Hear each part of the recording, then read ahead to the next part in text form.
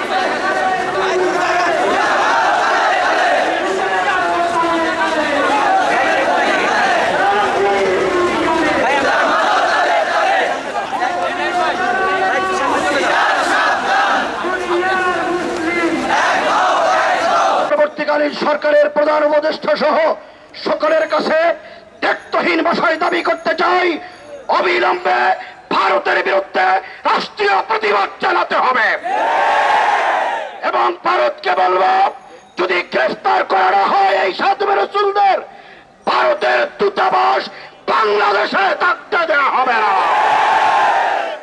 আমরা ভারতের সংখ্যালঘু মুসলমানদের নির্যাতন অনেকদিন সহ্য করেছি। আমার নবীর শানের উপরে কুস্তাহি করা হবে, ভারতকে কোনো অবস্থাতে ছাড় দেওয়া হবে না। ভারত অনেক অপরাধ করেছে। বিগত 17টি বছর আমার দেশকে ভারতের অঙ্গরাজ্য বানানোর জন্য চক্রান্ত ষড়যন্ত্র করেছেন, কিন্তু বাংলাদেশের মানুষ মুখ বুঝে সহ্য করেছেন। ছাত্র জনতা রক্ত দিয়ে তা প্রতিহত করেছে। বাংলাদেশ সরকারের কাছে আমাদের আরেকটি দাবি, কওমি মাদ্রাসা সনদের স্বীকৃতি হয়েছে। এই কওমি মাদ্রাসা সনদের স্বীকৃতি যথাযথভাবে বাস্তবায়ন করতে হবে। প্রশাসনিক সকল সেক্টরে কওমি মাদ্রাসার যোগ্য ছাত্রদেরকে অংশগ্রহণ করার সুযোগ দিতে হবে।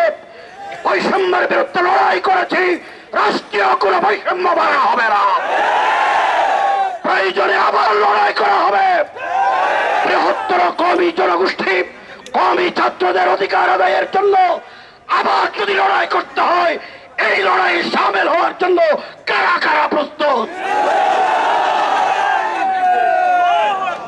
সংগ্রামী ছাত্র জনতা, কথার দীর্ঘায়িত না করে শেষ কথা বলতে চাই।